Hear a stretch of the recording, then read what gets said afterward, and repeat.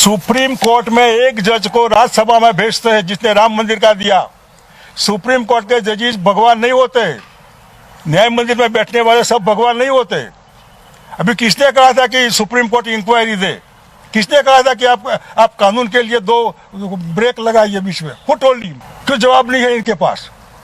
Supreme court जजेस भी manage हो सकते, वो ये कहता है, पार्थो कहता है, अरुण गोस्वामी कहता है, जज को खरीदो, और जज खरीदे जाते हैं। एक दूसरी सरकार है जो जय जवान जय किसान की जगह मारो जवानों को मारो किसानों को, पुलवामा और बालाकोट की 2-3 दिन पहले अर्णव गोस्वामी को जो बात लीक हुई, इसके लिए एक आदमी जिम्मेदार है तो इसका नाम है prime minister of India. Flag march होता है आर्मी का, तब कुत्ता भी बीच में नहीं आता, गाड़ी का तो सवाल ही पैदा नहीं होता। इसको कैसे मालूम कि पुलवामा में कुछ होने वाला है? खुद ही मीडिया कहते हैं। ये लोग अपना जमीन बेचते हैं चंद टुकड़ों के लिए, टीआरपी के लिए, पैसे के लिए। गौडसे और गोधरा कांड वाली सरकार ऐसे गुजराती तो यहाँ से अभी दिल्ली में है।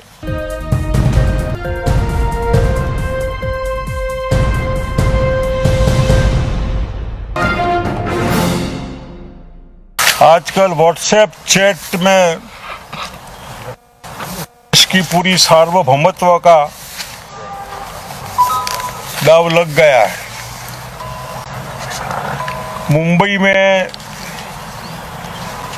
रिपब्लिकन टीवी अपनी टीआरपी बढ़ाने के लिए जब उसकी चोरी पकड़ी गई, इसका नाम अर्णव गोस्वामी है, उस समय इसने अपना मोबाइल फोन तोड़ दिया था। और आज जो पार्थोदास गुप्ता बीआरसी का चीफ था, आईसीयू में है। हम प्रार्थना करते हैं कि उसका स्वास्थ्य ठीक रहे, जिससे और भी बातें बाहर निकले। उसकी चैट जो अर्णव गोस्वामी से हुई है, इसके बारे में मैं महाराष्ट्र गवर्नमेंट को कहना चाहूंगा कि आप मेहरबानी करके इन दोनों का नार्को टेस्ट करवाइए और पूरी वीडियोग्राफी करिए और देश की जनता के सामने रखिए कि क्या ये हो रहा है। ये तो सिर्फ चैट है। इन दोनों के जो मोबाइल या दोनों के और भी जगह कहीं कहीं जो बात हुई है, पूरी बात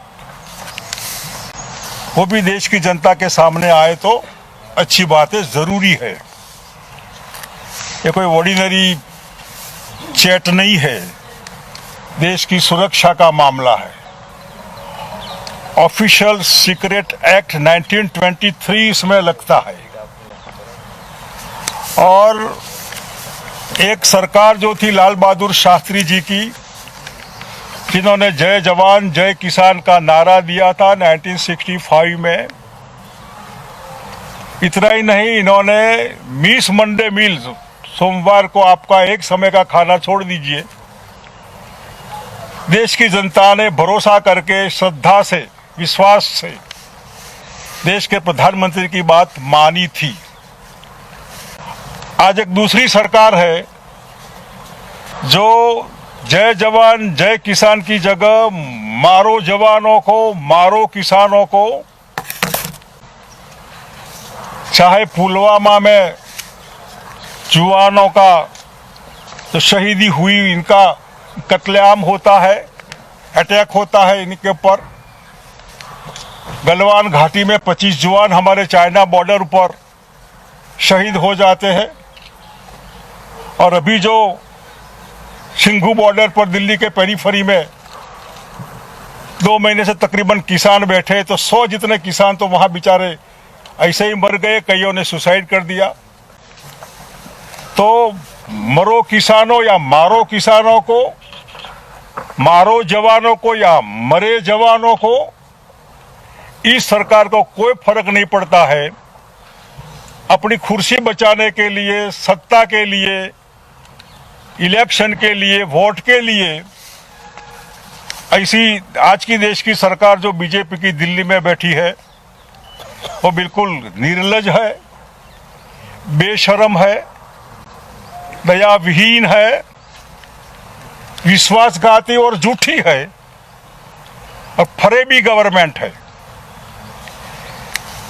ये सरकार आज जो बैठी है इसके बेस में अगर हम जाना चाहे तो हिंसा और अत्याचार में मानने वाली सरकार है। गोधरा से शुरू करिए हिंसा का, अत्याचार का मामला, वहीं से लेकर यहां तक, मतलब आज तक, पुलवामा तो 2-3 साल हो गए, लेकिन अभी भी जो हो रहा है उसमें एक गॉडसे और गोधरा कांड वाली सरकार ऐसे गुजराती तो यहां से अभी दिल्ली में है, तो गोधरा से अक्षरधाम, पुलवामा, बालाकोट और आज दिल्ली में है। इन्होंने जवानों किसानों का खून किया है ऐसा नहीं, जितनी हमारी कॉन्स्टिट्यूशनल इंस्टीट्यूट्स है इनका भी खून किया है। वो सीबीआई है, गवर्नमेंट का तोता समझिए, ईडी है, लगाया था संजय राउत के पीछे अभी पुराना मामला निकालकर, सीएजी है, जिस चोर कंपनी को इन्होंने बेच बनाकर यूपीए सरकार में जो निकाला था टेलीकम्युनिकेशन का, ये राजा और कनिमोजी और जो भी है, अभी वो बीजेपी का आदमी रहा वो उस समय सीएजी का, आईटी है, सीवीसी है, इलेक्शन कमीशन है, सुप्रीम कोर्ट है, आरबीआई है और आखिर पार्लियामेंट भी। सब इंस्टीट्यूशन का एक खूनी आज की गवर्नमेंट है। पूरे राइट्स इनके इन्होंने जानबूझकर प्रेशर से, दबाव से या अपनी बात मानने वाले लोगों का पोस्टिंग करके इन्होंने वहां सब एक कब्जा कर रखा है। और देश की कॉन्स्टिट्यूशन का जो बेस है हमारा, कि हम भारत के लोग, कॉन्स्टिट्यूशन में हमारा जो प्रियम्बल है उसको पढ़ेंगे तो मालूम पड़ेगा कि ये क्या हो रहा है। इतना ही नहीं, जो गोदी मीडिया कहते हैं वो प्रोस्टिट्यूशन जो बहने हैं हमारी, वेश्याएं, ये मीडिया, गोदी मीडिया की वेश्याएं है। वो बहनें हमारी मजबूरी से अपने माता पिता की सेवा के लिए या परिवार का घर संसार चलाने के लिए अपना शरीर बेचती है। ये लोग अपना जमीन बेचते हैं चंद टुकड़ों के लिए, टीआरपी के लिए, पैसे के लिए, गलत प्रेस्टीज के लिए। ये इनका मैं ज्यादा कसूर नहीं निकालता हूं। देखिए, जो भी मीडिया है वो एक कॉमर्शियल चीज है। जो गोदी मीडिया जिसको कहते हैं वो अपने आप को उसमें फिट करे, वो देश सेवा के लिए मीडिया नहीं है। ये लोकशाही का जो चौथा खंभा कहते हैं वो ये नहीं है, ये तो कॉमर्शियल है। अदानी अंबानी की दुनिया वाले लोग हैं। इनको देश सेवा से या देश दास से या राष्ट्रभक्ति से कोई मतलब नहीं है। इनका कसूर नहीं है। मैं इसमें अर्णव गोस्वामी का कसूर नहीं निकालता हूं। ये जो मामला है पूरा, he is like a barking dog. मैं तो बहुत कम देखा है उसको, लेकिन जब कुत्ता भसता हो या भौंकता हो, पक पक पक पक पक, जिसका कोई लेवल नहीं है, ऐसे आदमी की पहुंच पीएमओ तक है। उसकी कॉल डिटेल निकालिए, पीएमओ में से कितने बार वो वहां मिलने गया, किसको किसको वो मिला, वो भी पूरा निकालकर देश की जनता के सामने रखना चाहिए। क्योंकि ये कोई कुत्ते को टुकड़े डाले मांस का और खा गया वो मामला नहीं है। राष्ट्रभक्ति का मामला है, देशदास का मामला है। और इस हिसाब से जो आज पूरे देश को इन्होंने अपने 4-5 लोगों के कब्जे में लोग कहते हैं। मैंने कई मीडिया में सुना कि कोई 5 लाख जिम्मेदार थे बालाकोट या पुलवामा की सीक्रेट जानने वाले। डिफेंस सीक्रेट जानने के लिए सिस्टम है, उसकी कमिटी भी होती है, लेकिन मैं 5 में किसी को नहीं जिम्मेदार मानता। 5 में होम मिनिस्टर होते हैं, वो भी प्रधानमंत्री नियुक्त करते हैं। नेशनल सिक्योरिटी एडवाइजर, वो भी रिटायर आदमी है, वो भी प्रधानमंत्री अपॉइंट करते हैं। डिफेंस मिनिस्टर, वो भी प्रधानमंत्री अपॉइंट करते हैं। ये कोई जिम्मेदार नहीं है, कोई एक जिम्मेदार है। पूरा एक कॉन्स्पिरेसी हुई, पूरा जो ये चैट में जो बताया गया है, वो उसमें जो पुलवामा और बालाकोट की 2-3 दिन पहले अर्नब गोस्वामी को जो बात लीक हुई, इसके लिए एक आदमी जिम्मेदार है, तो इसका नाम है प्राइम मिनिस्टर ऑफ इंडिया। 5 लोग नहीं, एक ही आदमी। इन्होंने पूरे देश को 2 भाग में बांट दिया है। एक गवर्नमेंट, आरएसएस, वो जो लोग है, या गोदी मीडिया, बाकी का देश सामने। जिसने भी थोड़ा भी सरकार के सामने कुछ बोला, देशद्रोही है। ये अपने आप को राष्ट्रवादी कहने वाले ये लोग, वही राष्ट्रद्रोही है। ये राजद्रोह या जो ऑफिशियल सीक्रेट एक्ट 1923, उसमें जो बातें लिखी है, मैं डीप में नहीं जाना चाहूंगा। शासकीय गुप्त बात अधिनियम 1923 का अंग्रेजों के समय का एक्ट बना है। इसमें कोई भी आदमी ऐसी बात लीक नहीं कर सकता है जो इन पैरामीटर में नहीं आता है। वो लीक करता है तो इसके ऊपर एक्ट लगना चाहिए, देशद्रोह का, राजद्रोह का। तो अर्नब गोस्वामी पर तो लगे क्योंकि वो मेन है, लेकिन जिसने उसको बातमी दी, इंफॉर्मेशन दी या लीक किया, वो सिर्फ प्रधानमंत्री ऑफ इंडिया हो सकते हैं और कोई नहीं। दूसरा कोई इसमें नहीं हो सकता, क्योंकि ये जो चीज है, इसमें भारत सरकार के सो कॉल गवर्नमेंट है, इवेंट मैनेजमेंट के हिसाब से चलने वाले लोग हैं। पुलवामा और बालाकोट के बारे में मैंने जहां जब हुआ तब रिएक्शन उस समय दिया था। इसलिए आपके माध्यम से मैं कहना चाहता हूं कि सबसे पहला रिएक्शन गोधरा का भी हमने दिया था, अक्षरधाम का भी दिया था। पुलवामा में हमने कहा था कि गुजरात के रजिस्ट्रेशन वाली गाड़ी किसी ने हमको बताया कि वहां थी। जब फ्लैग मार्च होता है आर्मी का, तब कुत्ता भी बीच में नहीं आता, गाड़ी का तो सवाल ही पैदा नहीं होता। इसको कैसे मालूम कि पुलवामा में कुछ होने वाला है? ये OSA, ऑफिशियल सीक्रेट एक्ट, यहां भंग होता है। उसको तो जिसने बताया होगा, लेकिन हम इनको जानते हैं कैसे कल्प्रिट क्रिमिनल ये लोग हैं।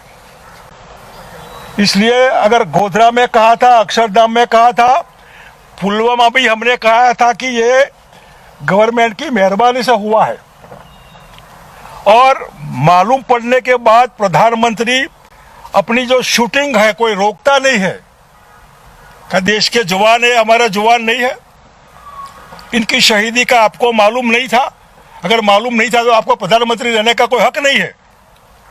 अगर मालूम था फिर भी आप शूटिंग करते तो आप देशद्रोही है, राष्ट्रद्रोही है, कल्प्रिट है, दयाविहीन है। ये मामला देश की जनता को देखना चाहिए कि व्हाट इज दिस। क्या आपका शूटिंग इंपॉर्टेंट है या इतने लोग मर गए बेचारे आपकी गलतफहमी से? हो सकता है आपका प्लानिंग, जो भी उसने कहा कि ये प्लानिंग था, चुनाव में जीत मिलेगी। बालाकोट का भी हमने कहा था, एक कौवा मरा है और कोई नहीं मरा है, सिर्फ मार्केटिंग है।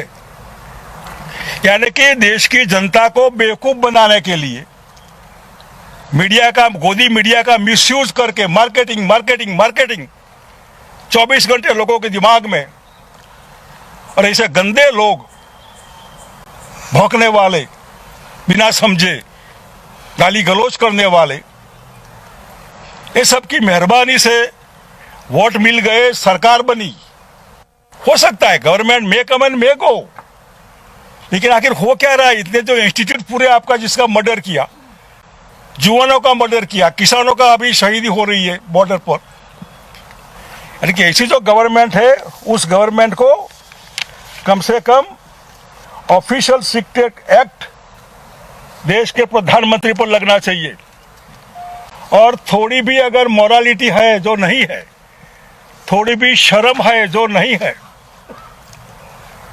तो 26 जनवरी को जो मार्च पास होता है, उसके बाद प्रधानमंत्री ने खुद देश की जनता की माफी मांगकर, किसानों से एडवांस में माफी मांग लीजिएगा कि मैं मार्च पास के बाद मैं प्रधानमंत्री नहीं रहूंगा, मेरे को माफ करिए, मेरी गलती हो गई, और अपने आप को पूरी गवर्नमेंट के पीएम से रिजाइन करना चाहिए। और आरएसएस वाले थोड़े भी अगर कुछ दम वाले लोग हैं, तो अरुण जेटली के बारे में जो कहा गया, वाजपेयी जी के भी कहते कि 14 अगस्त को स्वर्गवास हो गया था, जेटली भी ऑक्सीजन पर थे। इनको शर्म नहीं है? जिस आदमी ने पूरी सरकार में मेन आदमी था, हम साथ में राजनीति में आए थे 74-75 में, वो जिंदा है, उसके लिए ऐसे खराब लफ्ज।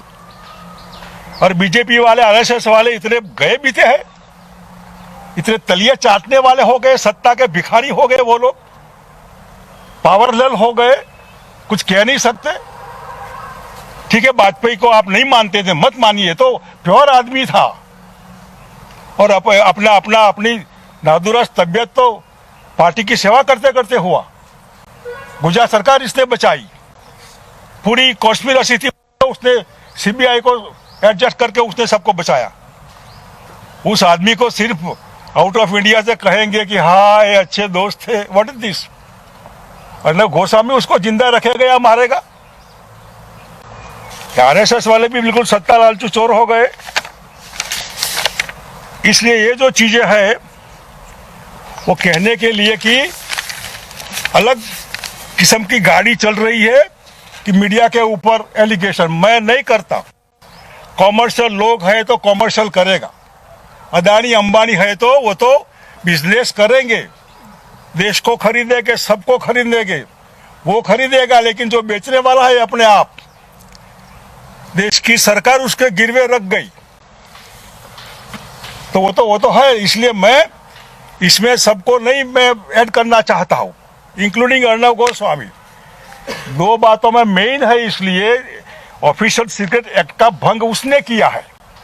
बाकियों का जो हुआ होगा मैं डिटेल मेरे को नहीं पता, लेकिन उसने बालाकोट और जो पुलवामा में उसने कहा है कि ऐसा हो रहा है, यानी कि सीक्रेट उसने ओपन किया बिफोर शेड्यूल, जो नहीं कर सकता है। मेरे पास ये पूरा एक्ट है, उसमें डिटेल है, मैं टाइम आपका नहीं लेना चाहता, लेकिन वो इसलिए उसके ऊपर तो वो लगे, लेकिन वो जो मालिक है उसका, जिसने उसको इंफॉर्मेशन दी, और वो 5 लोग नहीं, लोग 5 लोग को गिनते हैं, डिफेंस, होम, एनएसए नहीं, एक ही आदमी, और जिसका डेजिग्नेशन है दी prime minister of India, new Delhi.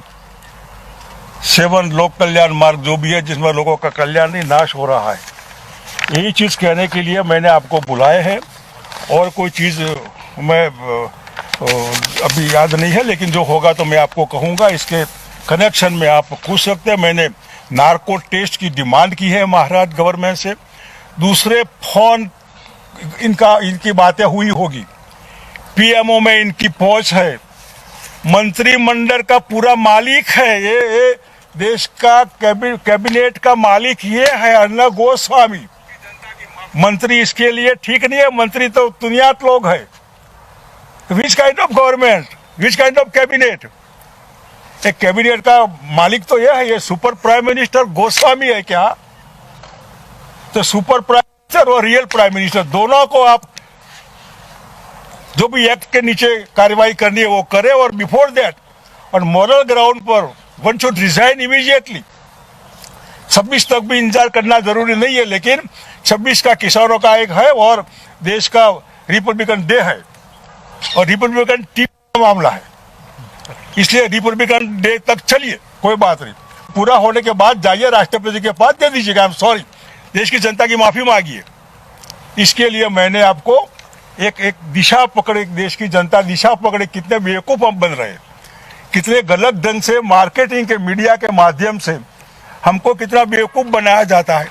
और वोट लेने के बाद आप मरो, जो भी हो आपका, चाहे जीएसटी डालो, नोटबंदी डालो, महंगाई डालो, जो भी कर रहे हो, किसान एक्ट में कायदे डालो, पब्लिक मरे ही नहीं। अपना उल्लू सीधा रहना चाहिए, अपना पावर मेंटेन रहना चाहिए, लोगों का बेवकूफ बनाकर वोट मिलने चाहिए। इसके लिए चाहे जवानों को मारो, किसानों को मारो, हत्या करो, हिंसा करो, जो भी करो, बस हमारे लिए देश जिंदा रहना चाहिए।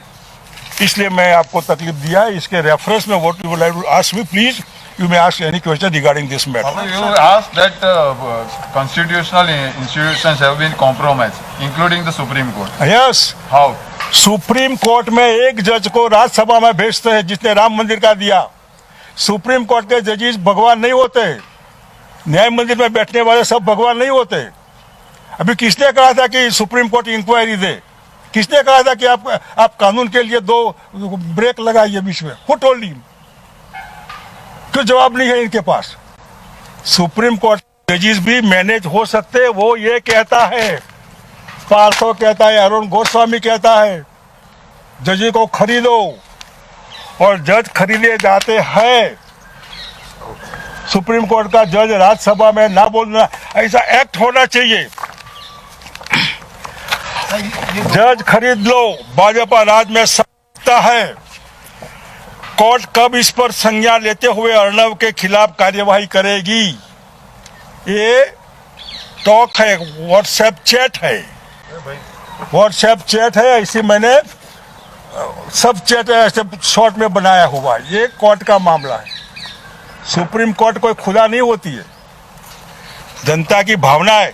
अभी सुप्रीम कोर्ट को बीच में आकर सो मोटो इनके ऊपर लगाना चाहिए। ऐसे थोड़ा भी अगर बोबड़े में कुछ है, नागपुर के कोई इनके आरएसएस के संस्कार अगर है तो आई डू नॉट नो, तो इमीडिएटली देशभक्ति दिखानी चाहिए। इसमें किसी की परवानगी लेनी नहीं है। सभी अहम खबरों के लिए न्यूज़ MX को सब्सक्राइब करें, साथ ही बेल आइकॉन को जरूर दबाएं। लाइक, शेयर, कमेंट करना ना भूलें।